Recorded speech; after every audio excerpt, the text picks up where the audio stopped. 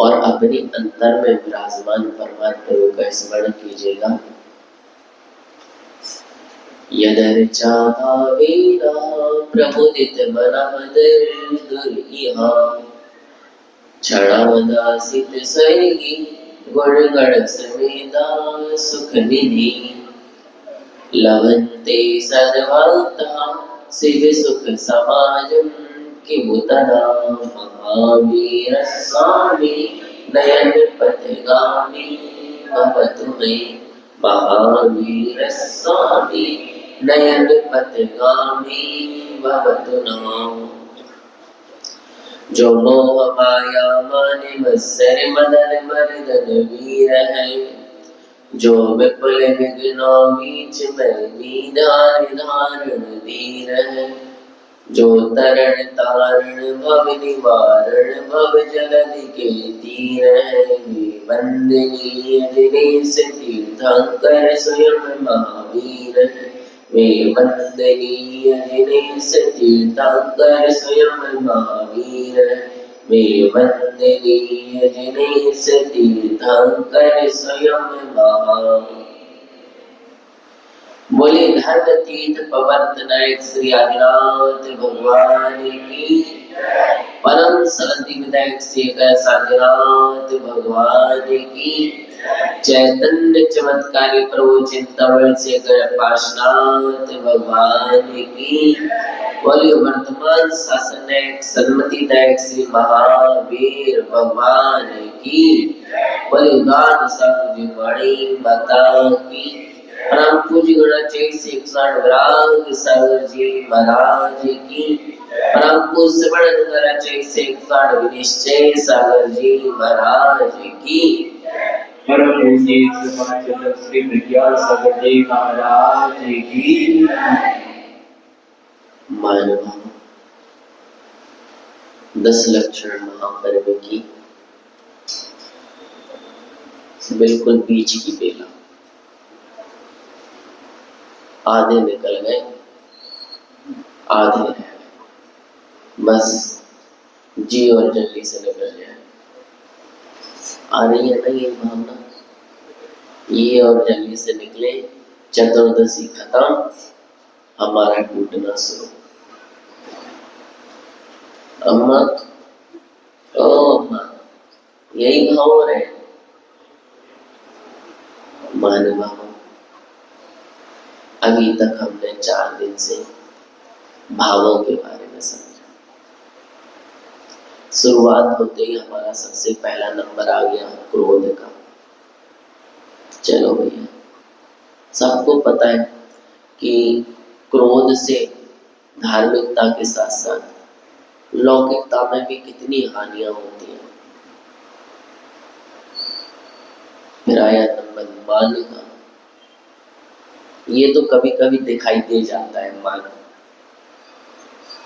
अगर किसी से झुका नहीं जा रहा, कोई थोड़ा सा नरम नहीं हो पा रहा तो समझ में आ जाता है इसमें मान। लेकिन जो तीसरे नंबर पे भाई साहब, वो दिखाई नहीं देता, और अगर किसी को महसूस हो जाए तो वो मानता भी नहीं है। अगर मैंने आपको उपदेश दिया, मैंने परिचय कराया, अब अगर आपको घर जाके वो महसूस होगा ना, तब भी स्वीकार नहीं कर पाओगे। दृष्टि ऐसी है, चीज ही ऐसी है, जादू।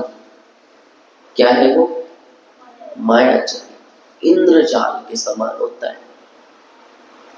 ना तो दिखाई तो देते ही नहीं है, लेकिन हम महसूस भी नहीं करते, और अगर हो भी जाए तो स्वीकार नहीं करते।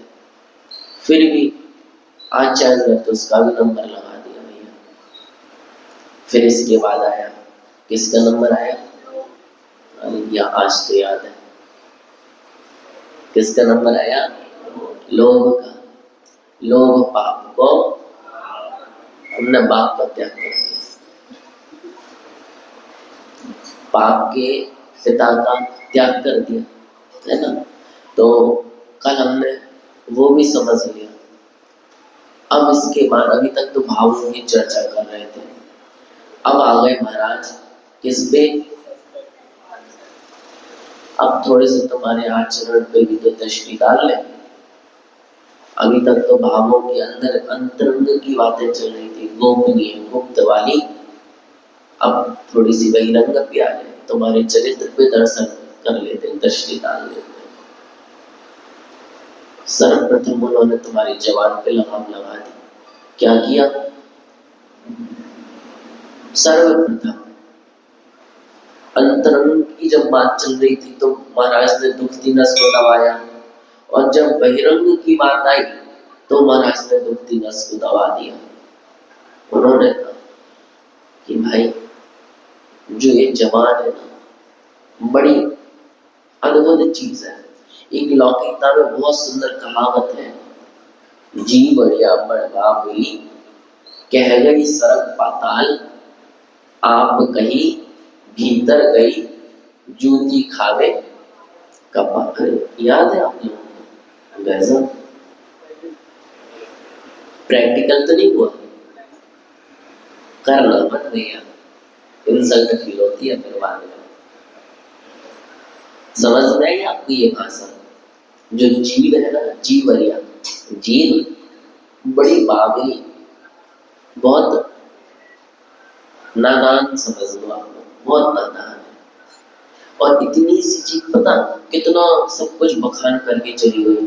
स्वर्गों का बखान कर दिया, नरकों का बखान कर दिया, सारे मध्य लोक का बखान कर दिया। इतनी सी चीज कह गई सरग पाताल, आप कहीं भीतर गई। कई बार बोलते हुए जीव के दर्शन हो जाते हैं, और दर्शन होने के बाद वो तो बंद हो जाती है। और अगर आपने थोड़ा सा ऊंच नीच बोल दिया फिर क्या होता है? जूती खावे कपाल। अगर आपने किसी को मीठे मीठे शब्दों की माला पहना दी, उसको हजम ना हुई, वो अपनी जूता उतारेगा, फिर क्या करेगा? आ जाओ भाई साहब, देख हमारे भगवान, हमारा धर्म पहले ही आपको सचेत कर रहा है, भाई साहब ऐसी कहावतें सुननी क्यों है, ऐसी कहावतें समझनी क्यों है, ऐसे चक्कर में पड़ना क्यों है। लेकिन आप लोग कौन नहीं महाराज, हम भी करवट कार्यकर्ता हैं। एक कवि हुए, उन्होंने कहा, क्या कहा?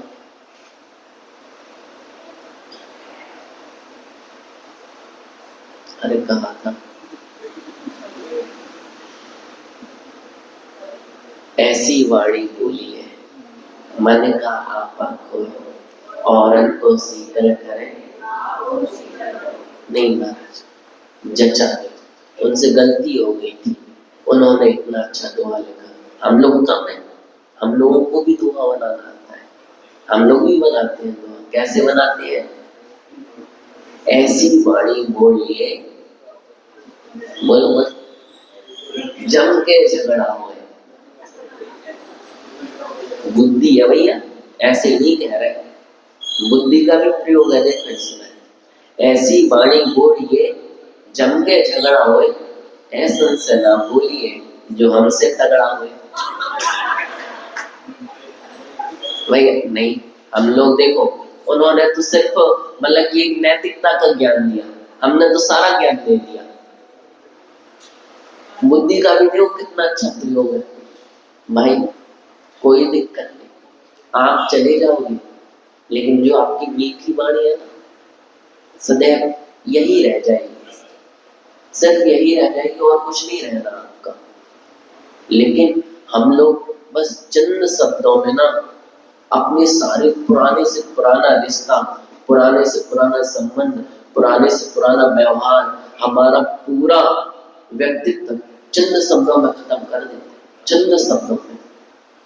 लेकिन हमें तब भी समझ नहीं आता, हम सोचते नहीं महाराज, ईंट का जवाब। अगर अगले ने हमें 4 शब्द दिए, अब हम अगर 4 के 14 ना कर दें तो हम चौधरी कहेंगे, होता है ना। अगर किसी ने हमें सुना दिया, आचार्य भगवान तो कह रहे हैं, अगर आप शांत रह गए ना तो उसके मुंह पे तो इससे बड़ा जूता पड़ ही नहीं सकता। अगर कोई आपसे व्यर्थ लाभ कर रहा है, ऊंचा नीचा बात कर रहा है, आचार्य भगवान कह रहे तुम मौन ले लो। सर्वप्रथम पहला फायदा, मौनेन कलहो नास्ति, मौन से कलह नष्ट हो जाती है। अगला कब तक बड़बड़ाएगा। दूसरा, जब उसका क्रोध ठंडा होगा ना तो तुम्हारे चरणों में मिलेगा। क्यों? मैंने इसको इतने बुरे बुरे शब्द कहे, इतना कठोरता से व्यवहार किया, लेकिन अगले ने कुछ नहीं कहा। जब वो ठंडा होगा सोचेगा यार वास्तविकता मेरे से गलती हो गई, मुझे एक बार सॉरी कहना चाहिए, इसको क्षमा मांगनी चाहिए।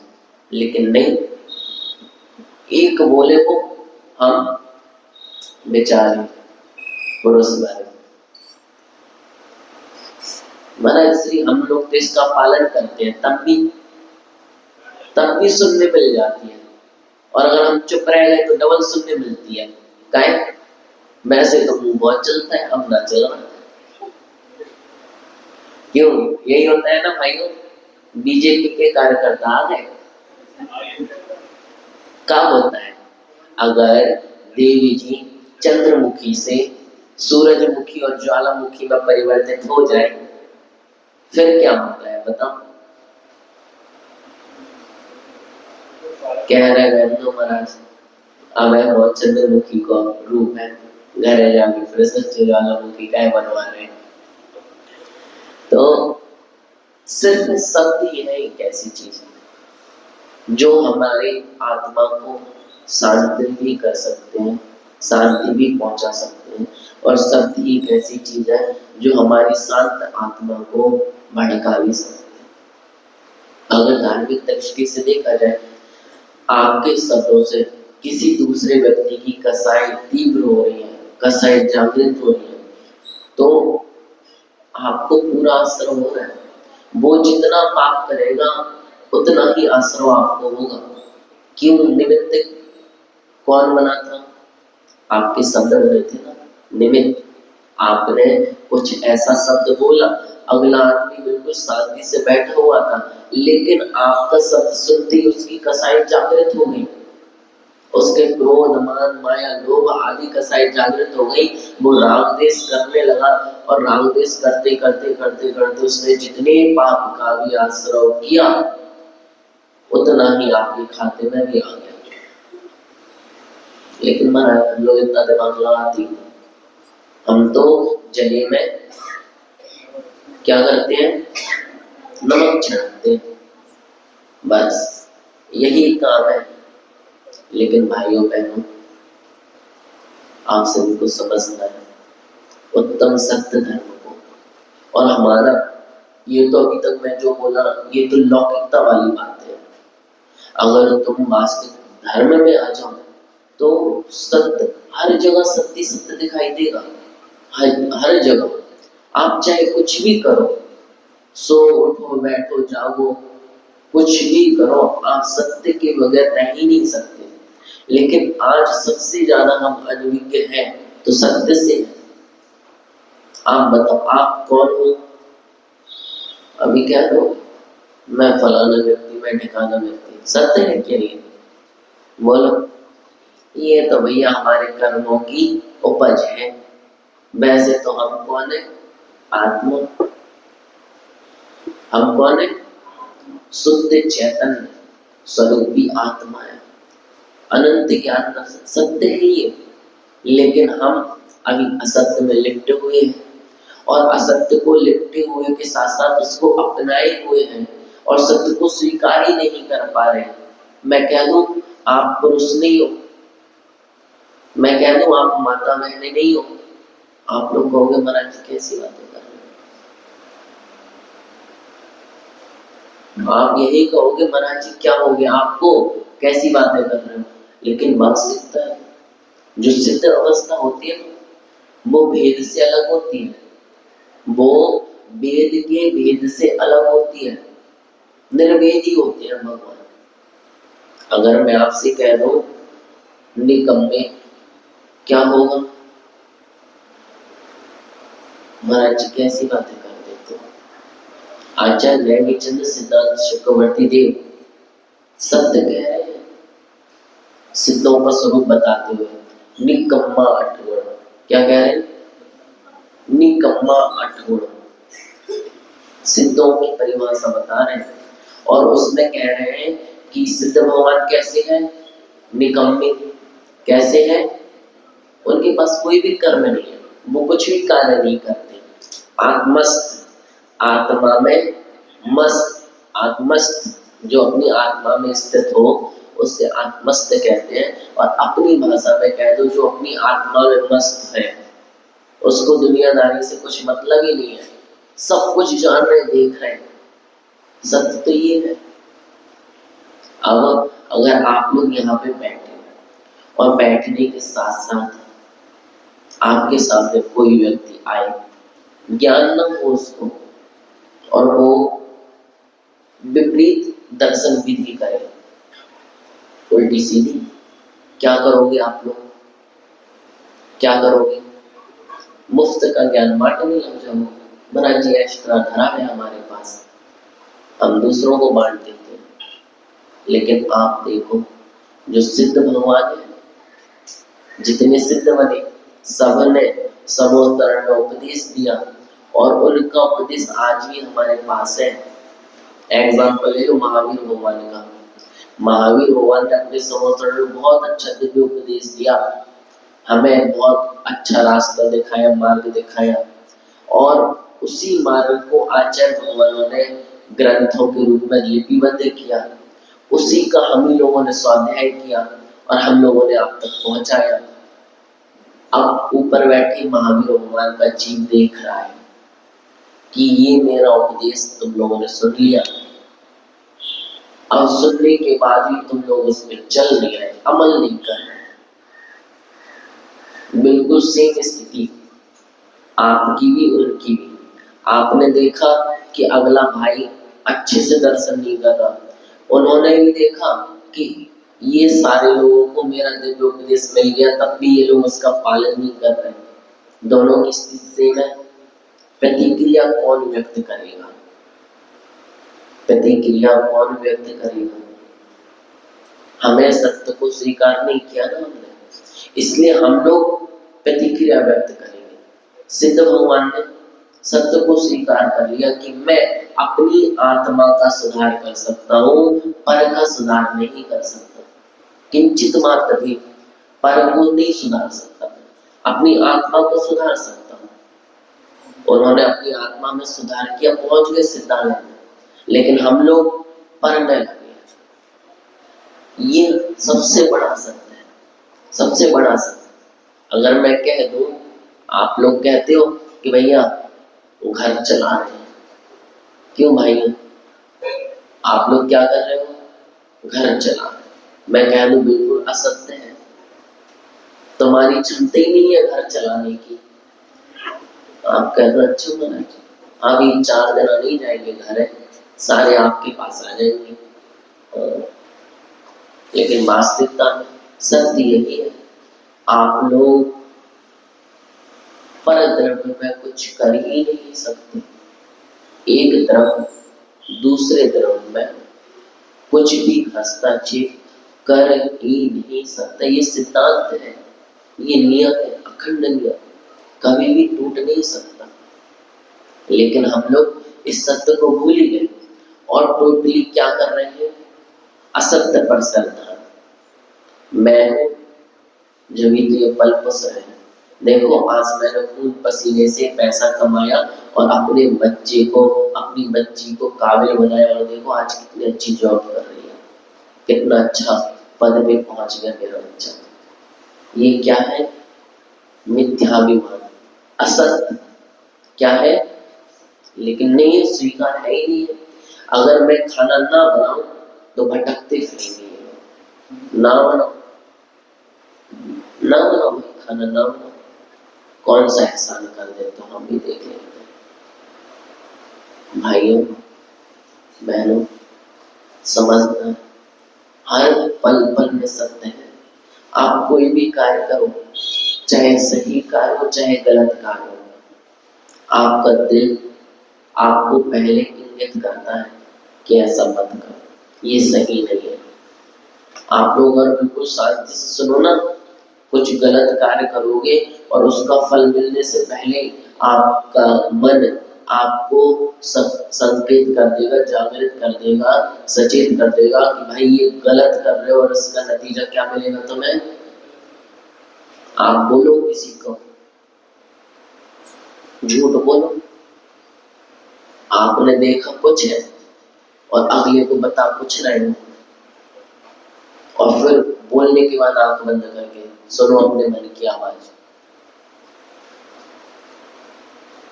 समझ आ जाएगा।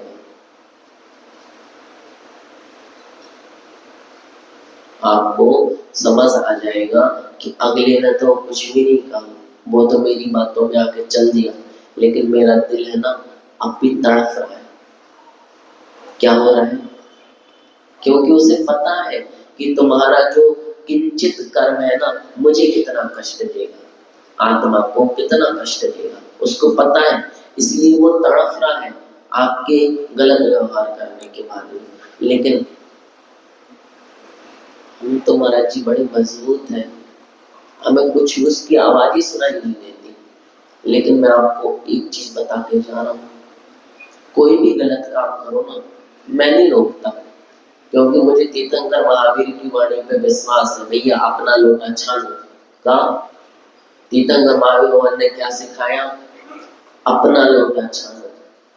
अभी भजन गा रहे थे ना, झुके झुके नयन, भगवान को देखो, उनकी दृष्टि कैसी है? झुकी हुई। कहाँ पर है? नासा के अग्रभाग पर। इसका बहुत सीधा सा सिंपल सा उपदेश दे रहे हैं भगवान कि भैया हम तो चले गए, लेकिन हमारी जो छवि है ना उसको देख के ही तुम लोग उपदेश ले लो। क्या ले लो? कि जो दृष्टि है ना, जब तक तुम दूसरों में लगा के रखोगे विकल्प ही विकल्प आएंगे, शांति से नहीं रह पाओगे, किंचित मात्र ही शांति से नहीं रह पाओगे। और अगर शांति से रहना है तो मैं स्वयं की प्राप्ति करनी है, तो मैं स्वयं को प्राप्त करना है, तो मैं अपनी खोज करने में सफल होना है, तो पता क्या करना पड़ेगा? अपने अंदर दृष्टि डालनी पड़ेगी, स्वयं की खोज करनी पड़ेगी, स्वयं के दोषों को खत्म करना पड़ेगा। लेकिन सबसे बड़ी गलती, सबसे बड़ा काम, असंभव, हो ही नहीं सकता। महाराज दुनिया भर की गलतियां गिना देंगे, दुनिया के हर व्यक्ति की आलोचना कर देंगे, निंदा कर देंगे, लेकिन अपने अंदर जो हाथी के बराबर दोष बैठे हैं ना वो दिखाई नहीं देते, वो समझ ही नहीं आते। क्यों? क्योंकि हमने सत्य को स्वीकार ही नहीं किया। हमारा संस्कार क्या पड़ रखा है? असत्य में रचने बचने का, असत्य में जीने का। सत्य स्वीकार ही नहीं कर सकते। फिर भी मैं आपको एक बार थोड़ा सा मार्गदर्शन करता हूँ, मन करे तो कभी चल के देखना, कभी तो जीवन में एक बार चल के देख लेना, मेरी बात मान लेना।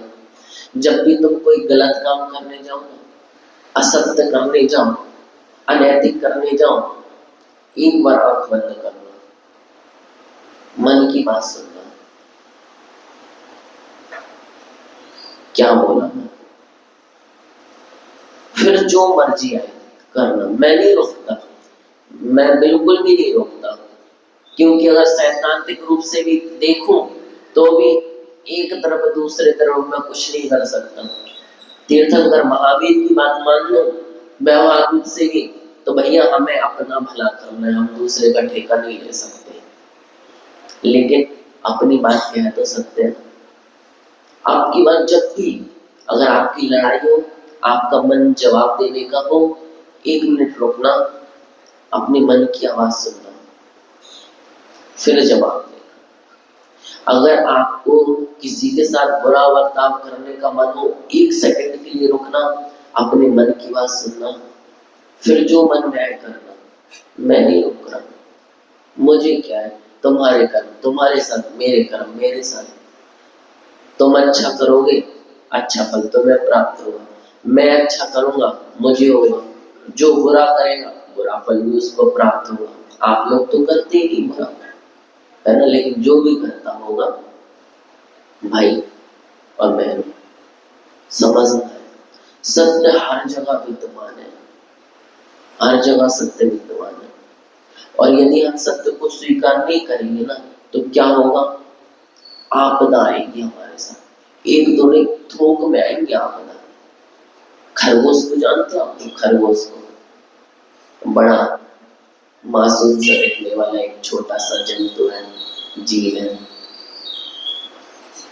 जब शिकारी खरगोश को पकड़ने जाते हैं ना तो पहले तो वो भागता है, और जब वो भाग भाग के थक जाता है, हार जाता है, तो पता वो क्या करता है? पता नहीं? पता। वो अपने कानों से अपनी आंखों को ढक लेता है और सोचता है देखो सब भाग गए, अब मुझे कोई नहीं दिख रहा। सब भाग गए और अब मुझे कोई नहीं दिख रहा। क्या होता है? सत्य को नहीं स्वीकारा वो। सत्य को नहीं स्वीकारा तो क्या हुआ उसके साथ? शिकारी आता है, जाल में फंसाता है और ले जाता है। हमारे साथ भी यही होने वाला है। या तो सत्य को स्वीकार कर लो, और यदि तुमने सत्य को अनदेखा किया क्या होगा? क्या होगा? तुम भी ऐसी कर्मों की चपेट में आ जाओगे और नरक, निगोर आदि दुर्गतियों में जाना पड़ेगा। मालूम हमको हमारे पास ढेर सारा समय है, ढेर सारा समय। अभी आपने जिया ही क्या है, लेकिन जितना समय बाकी है ना, जो शेष है वही विशेष है। बस हमारा जितना जीवन रह गया है ना, हमें हर पल, हर दम, हर कण कण पे सत्य को स्वीकार करना है, और सत्य को स्वीकार करके आत्मा में उतारना है। हर पल देखिए, हर जगह आपको सत्य नजर आएगा, कण कण में सत्य नजर आएगा। बस एक बार दृष्टि बनानी है हमें सत्य को देखने वाली, सत्य को स्वीकार करने वाली।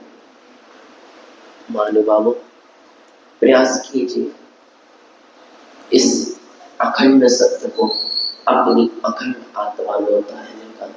समय हो चला है। क्या समय हो चला है? और सबसे बड़ा सत्य तो हमारा समय ही है, जिसको हम बिल्कुल मिट्टी के भाव में खर्च रहे हैं। मिट्टी का भी भाव नहीं दे रहे, कोई दिक्कत नहीं, परेशानी नहीं। समय रहते समझ गए, अच्छी बात है। और अगर समय जाने के बाद समझ में आया तो बस क्या रहेगा? ओ, पहले समझ में आ जाती तो अच्छा था, कोई दिक्कत नहीं। ठीक है, आज उत्तम सत्य का दिन है, और सत्य के बारे में वैसे आप सभी को पता है, ज्यादा कहने की आवश्यकता ही नहीं है। और देखो भैया, काम भी ऐसा करो जिसमें फायदा हो। आप लोगों से कह दूं तुम लोग झूठ बोल रहे हैं, क्या बोलोगे? आप लोगों ने भी अनुभव किया होगा, कभी किसी से बोलो झूठ बोल रहे हैं, नहीं, एक सेकंड भी नहीं लगता, बिल्कुल क्विक रिस्पॉन्स ले लो। क्या झूठ बोला? नहीं। छोटे से बच्चे से भी बोल दो, आप वो भी इनकार करते हैं, सत्य को स्वीकार ही नहीं करते। इसलिए आज इतने बड़े हो गए हैं, तब भी हम आज तक सत्य को स्वीकार नहीं कर पाए। अरे बोल दो ना, हाँ झूठ बोला, मौत थोड़ी मिलेगी, सजाए, बताओ। लेकिन ठीक है, कोई बात नहीं, प्रयास करना, विचार करना, सत्य को स्वीकार करने का। जिस दिन सत्य को स्वीकार कर लोगे ना, उसी दिन आत्मा में पवित्रता का वास हो जाएगा, और जिस दिन आत्मा में पवित्रता का वास हो जाएगा, उसी दिन वह परमात्मा बनने के रास्ते पर अग्रसर हो जाएगा। ठीक है, चलिए इसी भावना के साथ हम सभी लोग सत्य धर्म की जाप करते हैं। ओम ह्रीं श्री उत्तम सत्य धर्मांगाय नमः। ओम ह्रीं श्री उत्तम सत्य धर्मांगाय नमः। ओम ह्रीं श्री उत्तम सत्य धर्मांगाय नमः। बोले पंच परमेष्टि भगवान की, बोले गाद संग जिनवाणी माता की, परम पूज्य गणाचार्य से 108 संगर जी महाराज की, परम पूज्य श्रवण अनुगाराचार्य से 108 सागर जी महाराज की। जय हो परम पूज्य सुत सागर संत श्री शुल्लक 105 प्रज्ञान सागर जी महाराज।